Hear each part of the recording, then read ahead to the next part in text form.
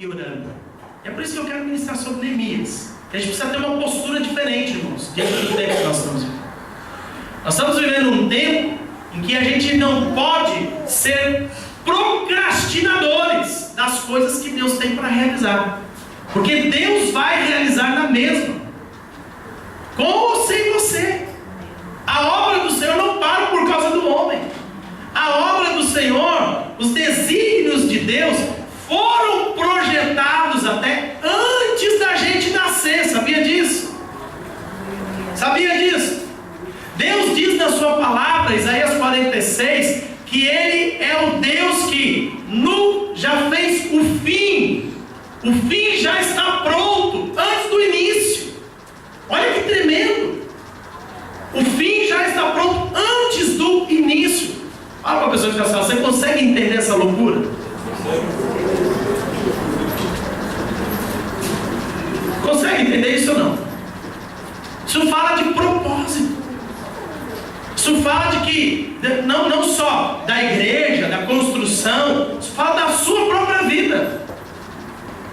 E é tão tremendo isso que ouvir Deus falando isso, a gente fica assoberbado. A gente fica assim, uau, que Deus tremendo. Mas irmãos, todo criador de qualquer coisa trabalha assim. Não é uma coisa do outro mundo. Verdade ou não é? Ou você acha, você acredita mesmo que a pessoa que inventou, vamos lá pegar qualquer coisa aqui, lá, o microfone mesmo. Você acha que o cara que criou isso aqui, quando ele criou o primeiro microfone, eu não sei quem é o inventor do primeiro microfone, mas o cara que criou, ele criou isso aqui com um propósito, é ou não é? Qual é o propósito disso daqui? Captar o som, transmitir para outra coisa que foi também construída com propósito e amplificar a voz de quem está falando, de quem está cantando. Captar o som e enviar para outra coisa que também foi criado com o sentido de projetar, amplificar, certo? Mas você acha que o cara, quando ele criou isso aqui, veja bem, ele fez o seguinte, ele começou a fazer, pegou lá, começou a juntar as peças e tal, terminou. Para quê? Que fim eu vou dar para esse negócio aqui, hein? Será que ele fez assim? Será que, presta atenção, ele já pensou no fim? É ou não é? Ele já falou, vou criar uma coisa com o propósito de captar som, lançar para outra coisa que projeta, amplifica o som. Ele não criou primeiro e depois falou, agora que utilidade eu vou dar para isso? Não. Primeiro ele pensa, eu preciso de algo com este fim, que vai cumprir este propósito. Todo criador é assim. A pessoa que criou a cadeira. A pessoa que criou a cadeira. Você acha que ela criou ela simplesmente criou um objeto e falou, opa, esse negócio aqui, ó, dá para sentar. Acho que foi assim. O cara projetou antes e começou a construir. Pegou ferro, pegou madeira, pegou tecido. Ele projetou antes, ou seja, o fim já estava pronto na sua mente, no seu coração, num desenho, num papel. Aí então começa. Já tem aqui o fim pronto, já sei qual é o propósito, já sei como que vai ser, já sei como que vai funcionar. Então agora vou começar. Ou seja, Deus disse, eu sou o Deus que faço o fim primeiro, para depois começar. Todo criador é assim. Logo, deixa eu te dizer uma coisa. Quando Deus pensou em você, Ele não pensou num acidente, não foi um acaso. A tua própria vida, Deus projetou primeiro. Ele pensou, ó, você vai existir para um determinado propósito. Antes de você ser gerado no ventre da sua mãe, Deus definiu, vai nascer fulano, ciclano, beltrano, no dia tal, no ano tal, com o sexo tal, com os dons e os talentos tais, porque eu tenho um propósito com essa pessoa. Deus projetou você muito antes de você ter nascido. E aí então, já o teu fim está determinado. A pessoa que está dizendo, teu fim já está determinado.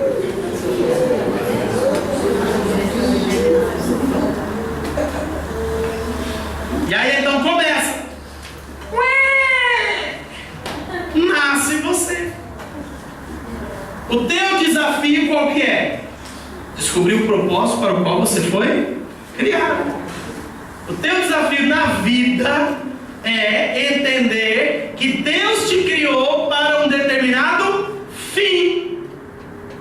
Quando você não descobre isso, qual é o resultado? Você leva uma vida miserável, uma vida sem propósitos, uma vida de acidentes, uma vida turbulenta. Porque o que é tremendo, irmãos, é que o diabo, por mais que ele não seja onisciente, ou seja, não sabe nem conhece todas as coisas, ele é esperto. Ele é esperto. É tremendo, eu não sei quantos de vocês nasceram em lares cristãos, tiveram pais e avós cristãos, mas é tremendo, irmãos. Quando, por exemplo, você pega casos aqui como os presbíteros aqui, Valdeir e a Érica. Para quem não sabe, a Érica é neta de pastores, Valdeir é filho de pastores. Sabiam disso? Não? Ah, viu? Valdeir, Érica, família Barbosa. Logo, eles já vêm de uma linhagem sacerdotal. Já vem. Certo? Acha mesmo que o diabo não está vendo isso? Acha mesmo que o maligno não está vendo quem são Valdeir e Érica? Logo, antes mesmo deles nascerem, ele já fica esperto. Fica esperto no sentido, vou pegar exemplo bíblico. O que aconteceu quando Moisés estava nascendo? O rei fica louco e quer matar tudo quanto é criança com menos de 2 anos. O que aconteceu quando Jesus estava para nascer? Já estava nascendo. Herodes fica maluco e começa a querer matar a criança tudo abaixo de 2 anos. Por quê? Por quê? Porque ele não é onisciente, ele não sabe nem conhece todas as coisas, mas ele é esperto. Ele começa a ver as palavras que estão sendo liberadas sobre ti. Ele começa a ver a unção ao qual você está envolvido. Vou te dar aqui um detalhe. Veja bem, você que é pai, você que é mãe, você que é descendente de família sacerdotal, você que é filho de crente, ou você que se tornou crente e tem filhos, a aliança que Deus tem conosco nunca termina conosco. Ela é multigeracional. Ou seja, a aliança que os meus pais um dia fizeram com o Senhor, porque eles foram os primeiros a se converter na minha família, eles fizeram uma aliança, eles entregaram a vida deles e a família deles para o Senhor. Foi isso que eles fizeram. Foi isso que o avô dela fez, foi isso que o pai dele fez. Está percebendo? E aí então tem os filhos. Essa aliança toca os filhos, toca os netos, toca os bisnetos. Entenda isso, a aliança que você fez não é só para você ou com você. Ela é multigeracional. E nós temos a responsabilidade como pais de alinhar os nossos filhos a isso. Porque a nossa família é uma família sacerdotal.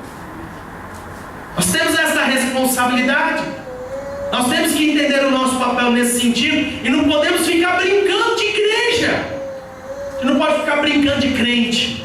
A gente não pode ficar brincando de agora estou, agora não estou no propósito de Deus. Ou é ou não é. Ou é ou não é.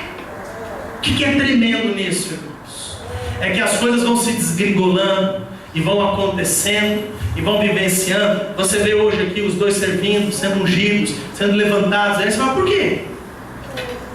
Mas qual é o motivo, qual é a realidade, qual é a razão? É porque tem uma aliança lá atrás, há um propósito lá atrás. E o inimigo tentou contra eles? Claro, como tentou contra a minha vida, como tentou contra a sua vida, a vida dos seus filhos, vai tentar contra a vida dos seus netos. Porque ele quer quebrar a ação e a unção que existe sobre famílias sacerdotais, para que o propósito do Senhor não se cumpra nas gerações. Você foi criado para uma determinada geração, para tocar um determinado povo, num determinado lugar. Sabia disso? Qual é a maior frustração da vida? É viver uma vida inteira e não conhecer o propósito para o qual ela foi criada. Você pode até ir para o céu, irmãos. Você pode até ir para o céu. Você pode até focar a sua vida nessa caminhada. Não, mas o meu alvo é o céu, pastor. Amém. Mas há um texto na palavra de Deus, lá em Coríntios, em que diz que toda obra vai ter que passar pelo fogo. E tem gente que vai apresentar palha, madeira, tem gente que vai apresentar metal precioso. E isso tem a ver com obras, antes de chegarmos lá. Lá não fala que vai perder a salvação, vai ser salvo, vai pelo fogo, mas ainda vai ser salvo. Mas olha que interessante, irmãos. A gente vê hoje a igreja, os crentes, vamos falar dos crentes, porque a gente que ouve a palavra, que conhece Deus, que quer buscar a vontade de Deus, a gente vê muitas vezes os crentes tão perdidos, irmãos, tão desorientados, batendo a cabeça para cima e para baixo em tudo quanto é coisa, se satisfazendo com detalhes tão ridículos, que é o que eu falo, quem está de fora olha e fica de boca aberta. Como pode você se distrair tanto? Como pode você não entender que há um propósito de Deus na sua vida e você ficar se desviando dele? Como pode você se desalinhar com aquilo que é o que Deus criou para a sua vida antes de você ter nascido? Lá, irmãos, olha, lá no princípio o que ele criou? Ele criou o teu fim e depois projetou você. Você nasceu para um determinado fim. Fala isso para a pessoa que está do seu lado. Você nasceu para um determinado fim.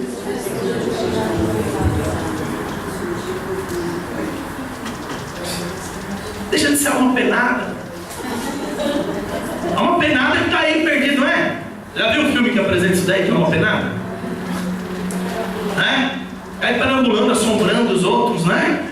Alma penada quer dizer, fica assombrando os outros até descobrir que tinha que fazer algo. Aí fez, pronto, aí acende a luz e vai embora. Pelo amor de Deus. Aí pode pôr lá na lista lá de lei, os crentes alma penada.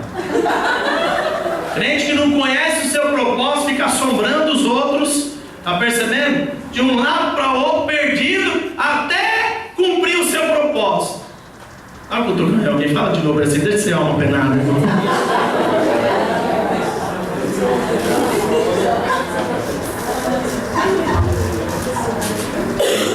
Agora, o que é interessante nisso tudo, eu estou falando de você, falando da sua existência, falei do microfone, mas isso também nos transporta a coisas interessantes como, irmãos, textos como este falam tão forte na minha vida, que eu começo a perceber que tudo aquilo que nós estamos a realizar e tudo que nós estamos a passar, a bem na verdade está relacionado com coisas, não que nós sejamos criativos, ou de oportunidades que simplesmente se abrem num determinado momento, não, já estava criado. Deixa eu te dizer uma coisa, a comunidade apostólica e profética, antes de existir, já estava designado que ia nascer e ia crescer, antes de nós chegarmos, antes de você ser membro aqui, tá vendo? Antes de você achar engraçada essa igreja, irmão, Deus já havia projetado algo, tá vendo? Esse momento que nós estamos a viver aqui, Deus já havia projetado, não é o fim, é o meio do caminho,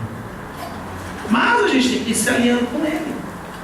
Agora, no meio disso tudo, o que é que nós vamos encontrando? Eu quero ministrar aqui Neemias capítulo 1, nós vamos ler aqui do versículo 1 até o versículo 4, que diz assim: palavras de Neemias, filho de Acalias. Ora, sucedendo no mês de Quisleu, no ano 20º, estando eu em Suzã, a capital, que veio Anani, um de meus irmãos, com alguns de Judá, e perguntei-lhes pelos judeus que tinham escapado e que restaram do cativeiro e acerca de Jerusalém. Eles me responderam: os restantes que ficaram do cativeiro, lá na província, estão em grande aflição e opróbrio. Também está derrubado o muro de Jerusalém e as suas portas queimadas a fogo. Tendo eu ouvido estas palavras, sentei-me e chorei, e lamentei por alguns dias, e continuei a jejuar e orar perante o Deus do céu. Até aí tá bom. O que nós estamos vendo aqui, Neemias, Ele nessa altura, vamos lá, o contexto histórico, ele está debaixo da autoridade de Artaxerxes I. Aqui já houve um tempo de conquista. A Pérsia já havia conquistado a Síria e a Babilônia, e lá estava ele. Já estava chegando o tempo da reconstrução, palavras que Deus havia dado, né, ao profeta Jeremias. Já tinha acabado aquelas 70 semanas. Olha que coisa, 70 anos. Olha que coisa interessante. Ele está lá como copeiro do rei. Nós vamos ver isso, né, no versículo 11. Põe para nós o versículo 11. Diz assim: ó Senhor, que estejam atentos os teus ouvidos à oração do teu servo e à oração dos teus servos, que se deleitam em temer o teu nome, e faze prosperar hoje o teu servo, e dá-lhe graça perante este homem. Era eu então copeiro do rei. Apesar de Neemias ser um homem que estava exilado da sua terra, servindo um povo estranho, ele estava numa boa posição. Talvez alguns lá estavam em trabalhos forçados, na mesma terra, no mesmo lugar, fazendo outros tipos de trabalhos, né? Talvez outros estivessem aprisionados, encarcerados, mas Neemias não. Neemias era copeiro do rei. Ou seja, copeiro do rei não anda de chinelo, com roupa maltrapilha, nem sem tomar banho. É verdade ou não é? Ele era o responsável em beber o cálice do rei antes do rei. Se tivesse alguma coisa para matar o rei, morria ele, não o rei. Essa era a sua profissão. Ou seja, era um cara que, apesar de estar como servo, escravo, exilado, numa terra estranha, tinha uma boa posição, irmãos. Tinha um bom trabalho, tinha regalias, dormia, se calhar, num quarto só para ele, tinha boas roupas, tinha, se calhar, mulheres que lavavam lá a roupa dele, né, e cuidavam das suas coisas, porque ele tinha que desenvolver a sua função. Estava tranquilo, estava bem, certo? Era um escravo que estava bem. Ele não precisava se importar, porque ele estava bem. Quando a gente para avaliar aqui um pouco a reação de Neemias, ele, quando vê chegando outras pessoas que estão vindo de Jerusalém, ele faz questão de perguntar: como é que está Jerusalém? Como é que estão os meus irmãos que permaneceram? Como é que estão as coisas lá? E aí então ele recebe o relatório: olha, estão em aflição, estão passando necessidade, os muros estão derrubados, as portas queimadas a fogo. E aí ele toma aquela postura. Olha lá o versículo 4, você viu a postura dele? E eu te falo, irmão, postura de crente. Neemias era crente mesmo, igual você, sim. Neemias era homem de Deus, crente mesmo, a sério, irmãos. Olha, quando ele ouve aquilo, ele ouve essas palavras, ele senta, chora, se lamenta por alguns dias e continua então a jejuar, a orar perante o Deus dos céus. Eu te falo, quantas vezes você já fez isso também? Pelos teus irmãos, pela tua família, pelos teus amigos. Você ouve as notícias lá do Brasil, lá da Angola, do Cabo Verde. Você ouve fogo, os refugiados. Aí você fica lamentando. Você até ora para Deus. Já tivemos aqui, ao longo desse período de intercessão, desde que começou esse negócio de refugiado, orar por isso? Tivemos aqui já? Já? Não? Não vem, né, Diego? Mais vezes. A gente ora. Irmãos, tem gente, tem crente ainda que, quando começa a ver aquelas notícias, aquela criancinha que morreu na beira da praia, né? Lembra que foi o primeiro drama que surgiu no mundo inteiro? Temos que fazer alguma coisa. O crente, irmãos, cheio de compaixão, ele olha aquilo, ele lamenta, ele chora, ele fala: Deus, tem misericórdia. A gente sabe que tem gente ruim lá, mas, irmãos, grande parte daquelas pessoas estão em aflição, e a gente ora, e muitas vezes a gente até para orar e jejuar, talvez não por eles, mas por outras situações de familiares, amigos. Esse mês mesmo, irmãos, nós tiramos como equipe ministerial tempo para orar e jejuar por pessoas que estão vivendo escravidão na mão do diabo, e a gente começou a orar e jejuar por eles, porque a gente não suporta ver eles nesse estado. Fala a pessoa que está ao seu lado: orar lamentar, jejuar, orar pelos outros é coisa de crente. Olha, nossa, Neemias, irmão, não fez nada de anormal aqui. Isso aí é coisa que nós, cada um de nós deveríamos estar fazendo, é tirar os olhos do nosso umbigo. Oh, Deus, me dá uma máquina de lavar roupa rápido, Senhor. Eu já não aguento mais lavar roupa à mão. Né? Ah, Deus, eu preciso tanto, Senhor, de um carro melhor, né? Porque o meu já estava ali.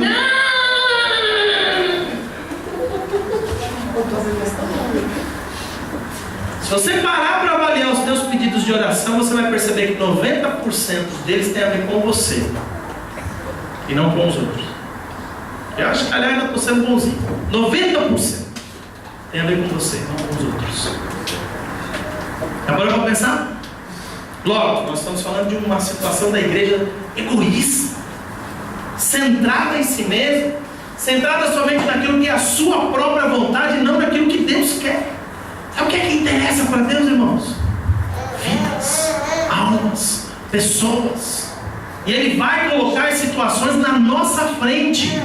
Ele vai colocar as pessoas diante de nós. Ele vai apresentar, irmãos, para que nós venhamos não só jejuar, orar, lamentar e chorar diante de Deus por causa da situação delas.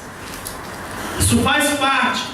Isso é essencial, isso é necessário, mas é importante nós sairmos da nossa zona de conforto e termos uma ação em cima daquilo que nós estamos orando. O que é tremendo é que Neemias não ficou só na oração, Neemias não ficou só no jejum, Neemias não ficou apenas no choro e no lamento por alguns dias. Ele começou a fazer algo que era necessário, pedir perdão pelos pecados dos seus pais, dos seus governantes, dos seus antepassados. Ele começou a reconhecer, ele começou a ver, Senhor, nós estamos a viver isso porque falhamos diante de Ti. Ele se sentiu implicado naquilo, irmãos, apesar de estar numa zona confortável, apesar de estar num bom trabalho, num bom negócio, apesar de ele estar ali com boas roupas e boas acomodações, ele não conseguiu ficar ali parado, ele se implicou. Primeiro, orando, se arrependendo, mas depois falando, Deus me usa. Já vem o versículo 11 mostra isso para nós. Faz questão de dizer, eu era copeiro do rei, mas ele estava orando, Deus, eu quero que o Senhor me dê graça perante este homem. Quem era este homem? O rei. Ele estava ali por alguns dias falando, Deus, prepara o momento para que eu tenha uma ação, prepara o momento para que eu intervenha, prepara o momento para que eu saia da minha zona de conforto. Capítulo 2 mostra, a partir do versículo 1,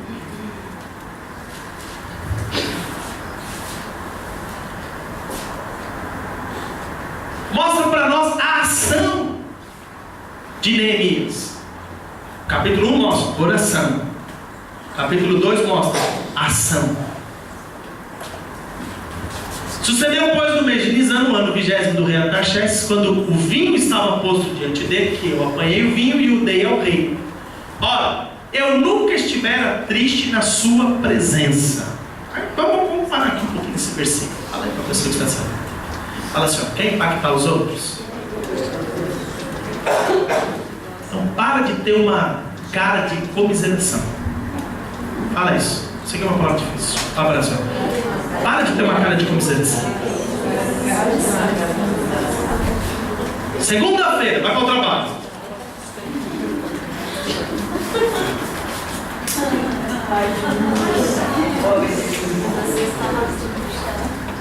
O ímpio olha para você, ele nem te pergunta como é que foi o seu fim de semana.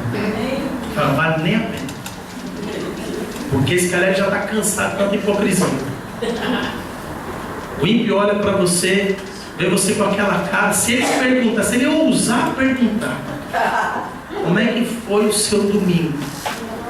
O culto foi maravilhoso.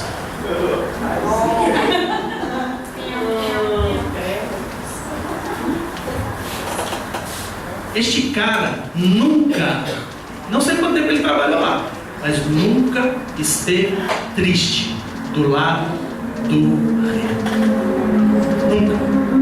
Nunca. As pessoas, quando viam ele, viam como? Feliz, realizado. Sou escravo, não estou na minha terra, eu sei que não é o ambiente que eu queria, mas sorriso no rosto, cabeça aqui, fazendo meu trabalho, sou bem sucedido onde quer que Deus me coloque. A única vez que este rei viu tristeza no olhar dele, não foi por ele. Olha que tremendo. Ele não ficou triste porque, pronto, não teve o aumento salarial que ele pediu. Ele não ficou triste porque mudaram ele de aposento. Não, irmãos. O rei olhou e falou: meu, o que se passa? Esse cara nunca teve triste do meu lado. Esse cara nunca teve com essa postura aqui, servindo. Olha como é que você marca a vida dos outros lá fora, irmãos. A gente fala de Cristo, a gente fala do amor de Cristo, a gente fala da vida de Cristo, a gente fala que nós somos de Cristo, que nós somos vencedores. Mas a tua cara diz tudo. E muitas vezes a tua cara não está em concordância com aquilo que você diz. A tua postura não é a postura de alguém que verdadeiramente é livre, independente das circunstâncias. Esse cara era livre. E ele só ficou preso, não ficou preso por ele, nem pela sua própria vontade. Ele ficou preso por causa de algo que Deus gerou no coração dele. Ele viu uma necessidade e falou assim: não, a isso eu tenho que estar preso. Versículo 2 diz assim: e o rei me disse: por que está triste o teu rosto, visto que não estás doente? Não é isso, senão tristeza de coração. E então tem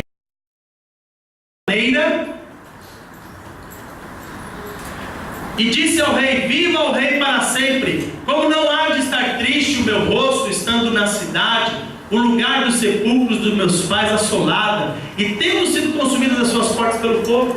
Então o rei me perguntou: o que é que me pedes agora? Então ele ora a Deus, porque assim, não vai pedir qualquer coisa. Eu não posso pedir qualquer coisa. Deus abre ali aquela oportunidade, Deus dá aquela porta para ele. O rei olha para ele e fala assim: o que é que você está me pedindo? Ele não estava nem falando nada, ele só estava dizendo o motivo da tristeza dele. Mas o rei entendeu: esse cara está querendo alguma coisa. Muitas vezes é isso que eu quero que você entenda, irmãos. Nem sempre você vai precisar pedir.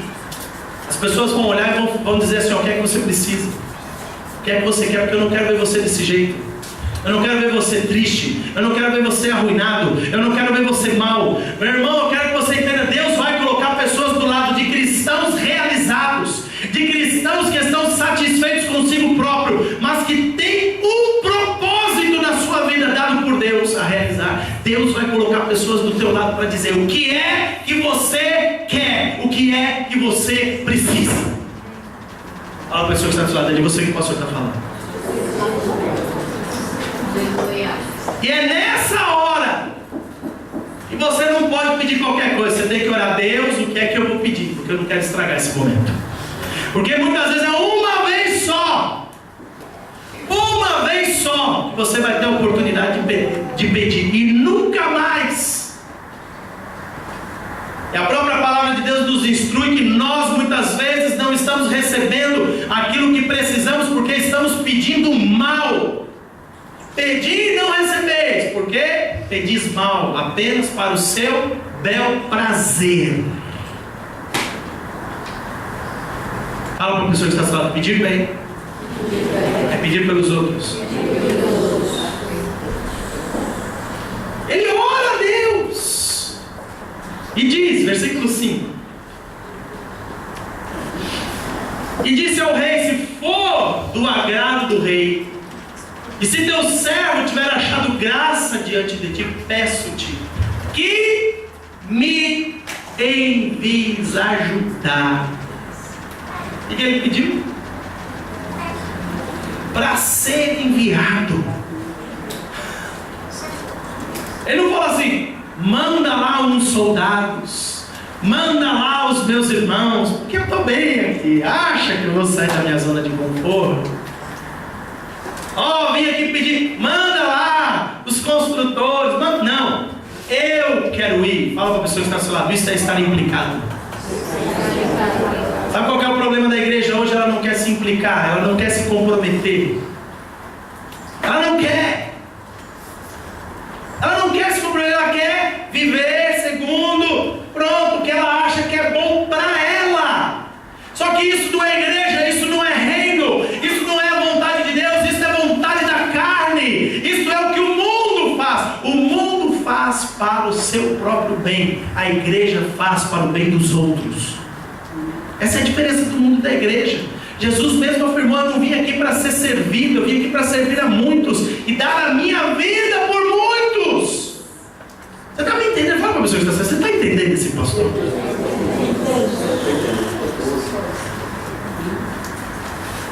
Mas eu quero começar essas ministrações aqui para nós, porque nós estamos vivendo tempos em que, na verdade, a gente precisa se alinhar se a gente quer caminhar realmente no profético de Deus.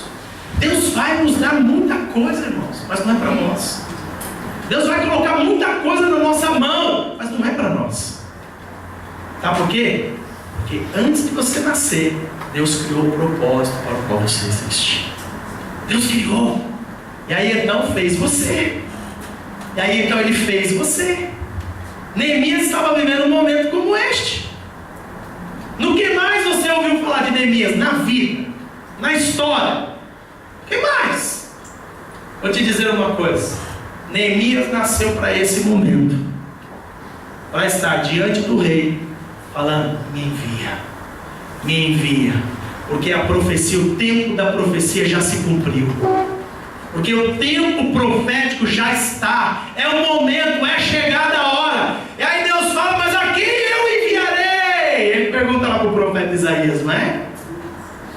Ele fala, irmãos, quem é? Há necessidade de pregação, há necessidade de avanço, mas quem que eu vou enviar? Deus só está perguntando hoje aqui para você: quem é que Ele vai enviar? Quem é que Ele vai usar?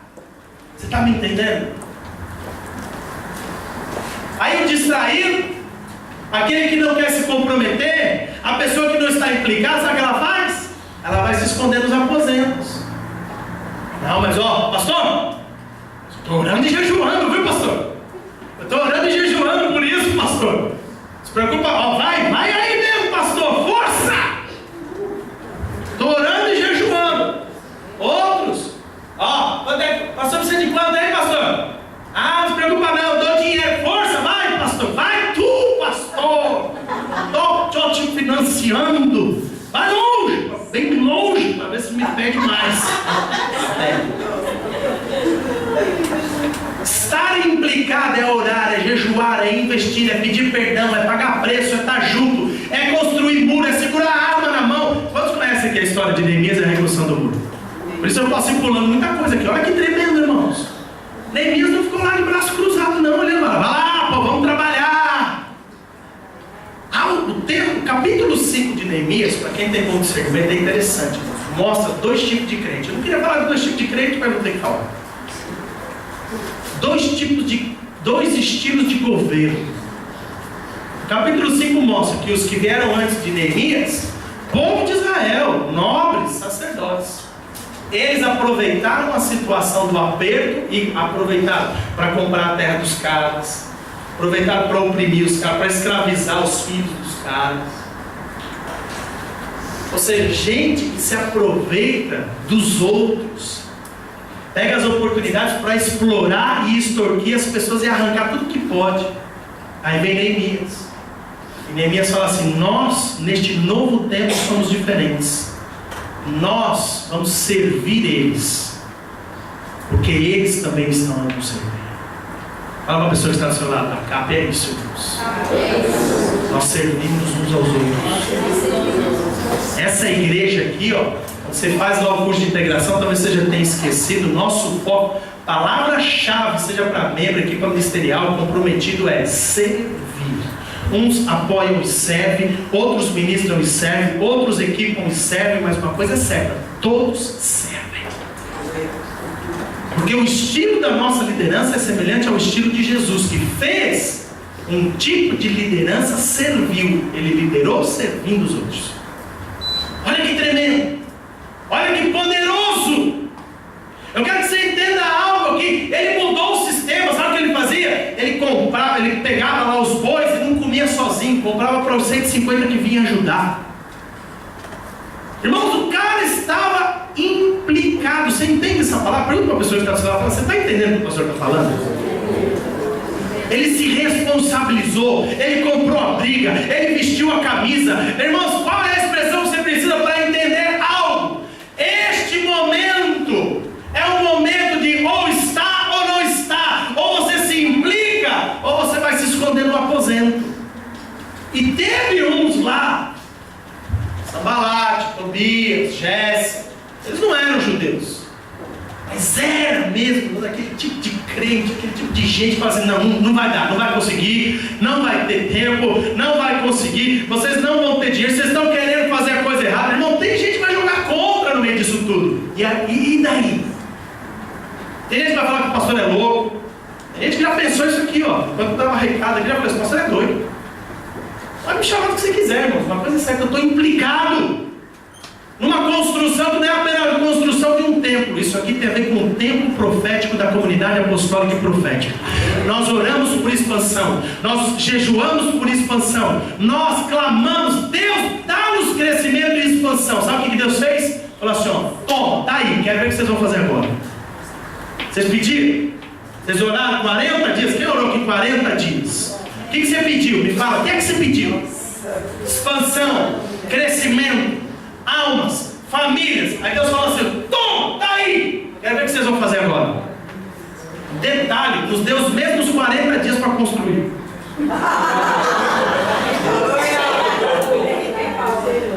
Sabe por quê? Porque essa não é obra de homens. Nós estamos fazendo aqui não é simplesmente boa ideia humana. Nós estamos fazendo aqui não é simplesmente uma ideia de pessoas criativas. Não, isso aqui é algo que vem do coração de Deus, um cumprimento profético para essa igreja, para as famílias dessa igreja. E você faz parte disso. Você precisa se implicar nisso. Por isso, irmãos, é o que eu falo às vezes. O meu erro é pedir 100 euros. Porque eu sei que tem gente que pode dar 500, 1.000, 2.000, até mesmo pagar a obra inteira. E nós erramos muitas vezes quando a gente pede mal. Vou te dizer uma coisa: quem está implicado, dá dinheiro, dá tempo, dá talento, dá recurso e faz a obra acontecer, independente do que for. E o que vai acontecer aqui do lado? Vai começar a manifestar este novo tempo que nós temos falado sobre o toque desta igreja em 5 ou 6 regiões específicas. Amém. Amém. Linhas. Amém. Linhas. Amém. Que é assim, ó, é de se espantar. Amém. Em tempo de crise, a gente construindo. Amém. Que doideira, nossos amigos pastores reclamando que não tem dinheiro, não tem finanças. As pessoas falando que está complicado, nem salário consegue tirar. E a gente construindo. O que é que se passa? É loucura de Deus. Amém. É tempo profético. Yes. É manifestação do poder de Deus, onde as pessoas estão implicadas a fazer o que precisa ser feito. No tempo do Senhor, Neemias nasceu para isso. Tal igual eu te digo, João Batista nasceu para aquele momento. Irmãos, o que é que você ouve de João Batista? Fala. O que você sabe sobre João Batista? Nasceu, pregou lá no deserto, chamou os fariseus de hipócritas, chegado o reino, batizou Jesus e morreu. Para que ele nasceu? Para aquele momento. Para aquele momento. Às vezes a gente estranha pastores que morrem cedo, pessoas que morrem, né? Parece que morreram antes do tempo, não devia ter morrido. Você fala: não, mas aquela pessoa era tão bênção para a nação, para o mundo. Morreu. Aí você fala: e aí? Aí você vai estudar a história do cara, você vai estudar o que ele fez. Você fala: ó, vai cumprir o propósito. Deixa eu te falar uma coisa: o interesse de Deus, irmãos, é muito mais ter você junto dele do que aqui nessa terra capengando. Você está entendendo? Cumpre o teu propósito até o fim. Deus fala: vem para a glória. Vem para a glória. Eu vou te dizer uma coisa: a glória é melhor do que aqui. Melhor do que o seu carro zero, melhor do que sua casa limpinha. É melhor, irmãos, do que qualquer festa que você pode tirar, seja no Dubai ou em Cancún. O céu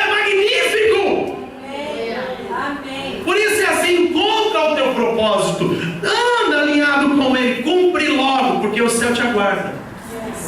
Ah, mas eu quero outras coisas aqui primeiro. O dia que você tiver uma revelação do que é o céu, você não quer nada dessa terra.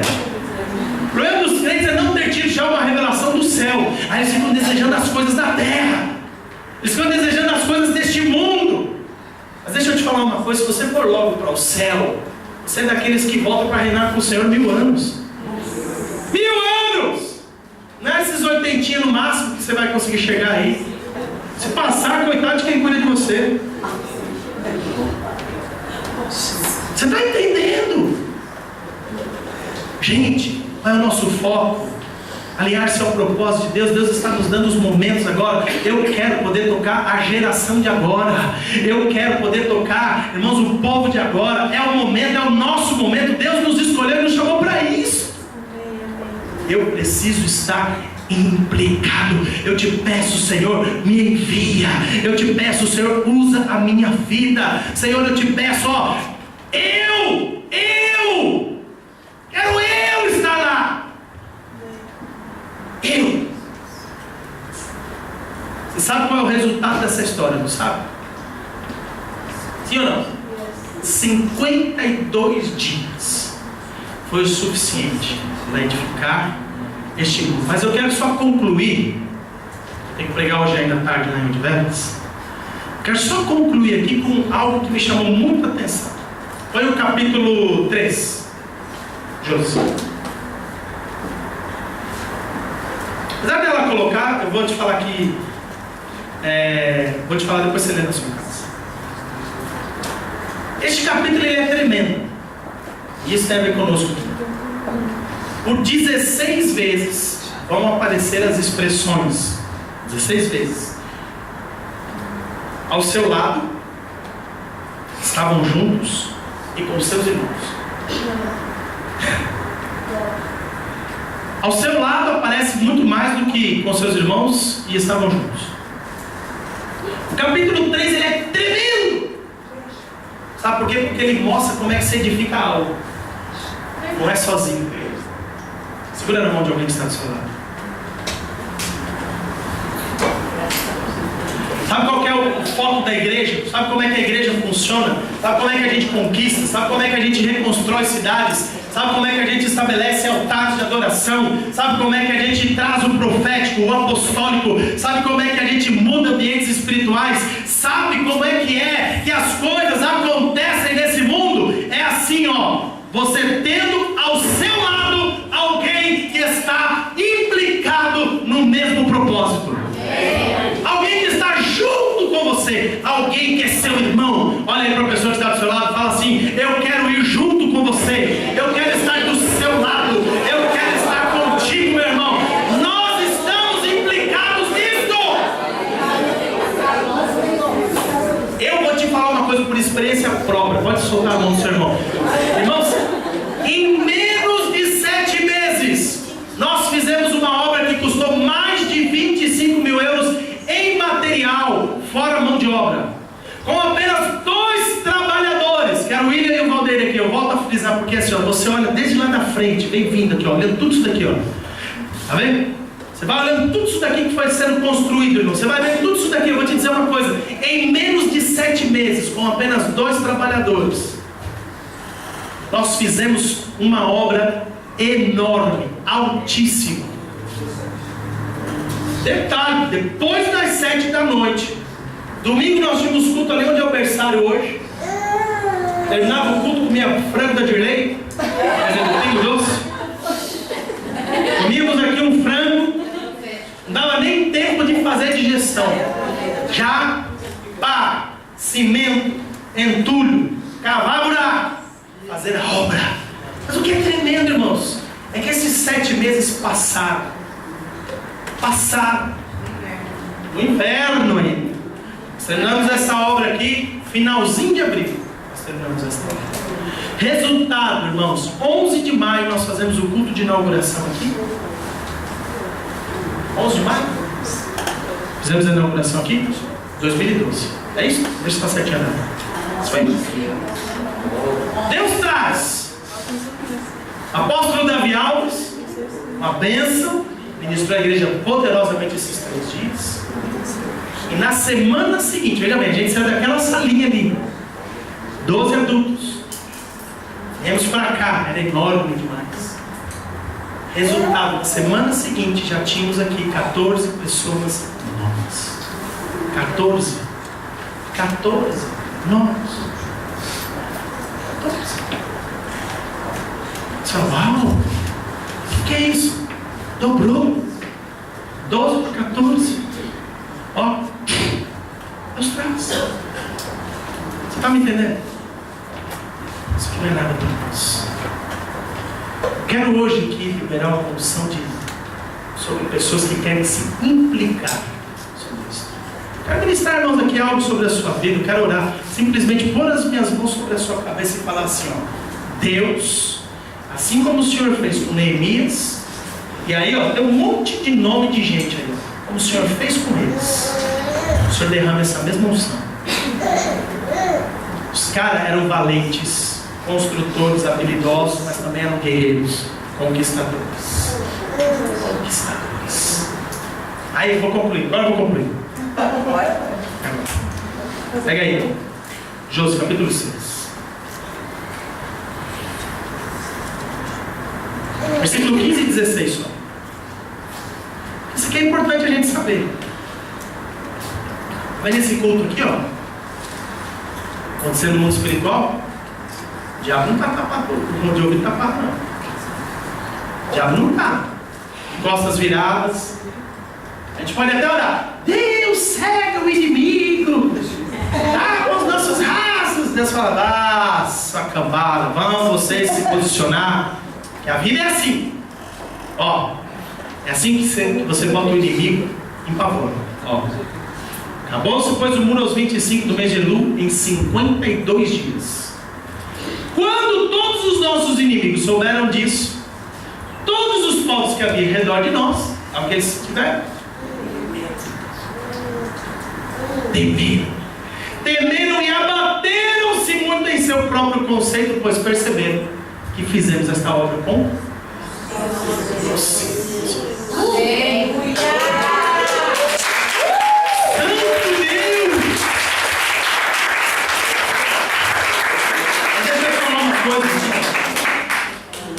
Você está percebendo por que a gente está vivendo alguns momentos de guerra?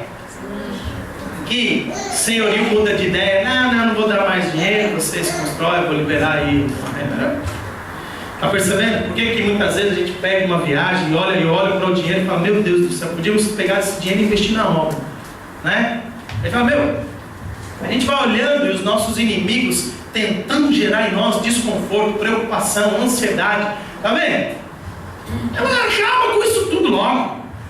Acabar com isso logo, porque é o seguinte, ó, esta obra pronta faz o inimigo enfiar o rabinho entre as pernas e voltar para sua casa, falando assim, não tem jeito contra esse povo, não tem jeito não.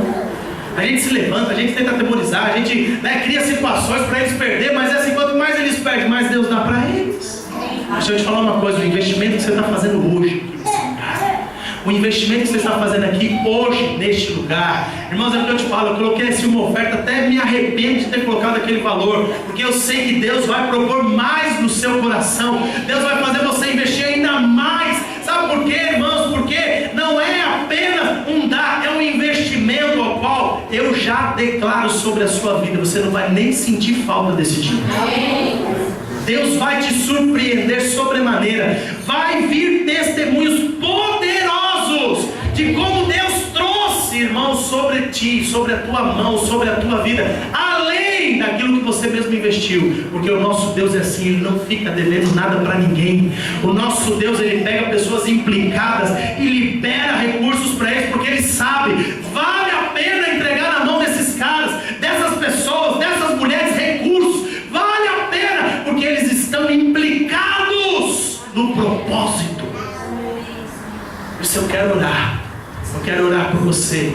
Amém? Amém? Amém? Irmãos, os nossos inimigos vão lá se abater e vão temer. Eles vão ficar desesperados. Agora não tem mais como segurar esses caras. Não vai ter como. Não vai ter como. Você crê nisso? Desce, eu quero orar por você. Quem quer se implicar nisso, eu quero orar aqui, ó. Você, quando fala, pastor, mas o que é o se implicar? O que é se implicar? Irmãos, ó, falei aqui várias coisas. Você vai orar, vai jejuar, você vai interceder, você vai trabalhar, você vai ajudar financeiramente, você vai fazer várias coisas, segundo aquilo que Deus